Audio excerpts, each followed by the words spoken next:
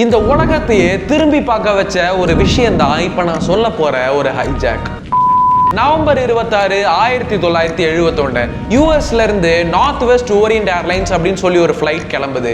அந்த ஃபிளைட்ல மொத்தம் 42 பேர், 36 பேசஞ்சர்ஸோட 6 க்ரூ மெம்பர்ஸ். ஆனா அந்த 36 பேசஞ்சர்ஸ்ல ஒரு மிஸ்டீரியஸ் மேன் செக் இன் பண்றாரு. அவரோட பேரு தான் டிபி கூப்பர். நான் ஏன் அவரை பேரை சொல்றேன்னா இந்த ஹைஜாக்கு காரணமே அவர் தான். டிபி கூப்பர் ஒரு பேசஞ்சரா இருந்துட்டு பக்கத்துல இருக்கிற ஏர் ஹாஸ்டஸை கூப்பிட்டுட்டு ஒரு லெட்டர் கொடுக்குறாரு.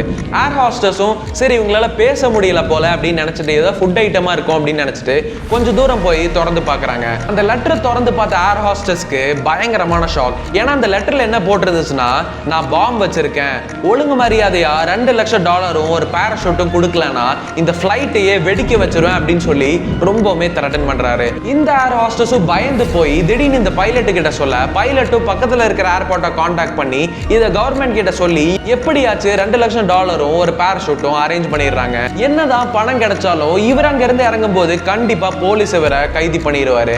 அதனால இவர் என்ன பண்றாருன்னா திருப்பியும் இந்த பைலட்டை த்ரெட்டன் பண்ணி திருப்பியும் இந்த ஃபிளைட்டை ஃப்ளை பண்ணுங்க அப்படின்னு சொல்லி மிரட்டுறாரு.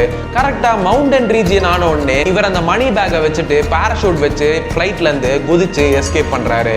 என்னதான் பேசஞ்சர்ஸ்க்கு ஒண்ணுமே ஆகலைனாலும் ஃபிளைட்டை ஹைஜாக் பண்ணது ரொம்ப பெரிய தப்பு. அதனால போலீஸும் FBI-யும் ஃபெடரல் பியூரோ ஆஃப் இன்வெஸ்டிகேஷனும் டிபி கூப்பரை தீவிரமா தேடுறாங்க. பல இடத்துல பார்த்தோம் டிபி கூப்பரை கண்டே பிடிக்க முடியல. சோ அவர் எங்க போயிருப்பாருன்னு நினைக்கிறீங்க? ஒருவேளை பேராஷூட் ரிப்பேர் ஆகி அவர் இறந்து போயிருப்பாரா? நீங்க என்ன நினைக்கிறீங்க? கமெண்ட் பண்ணுங்க.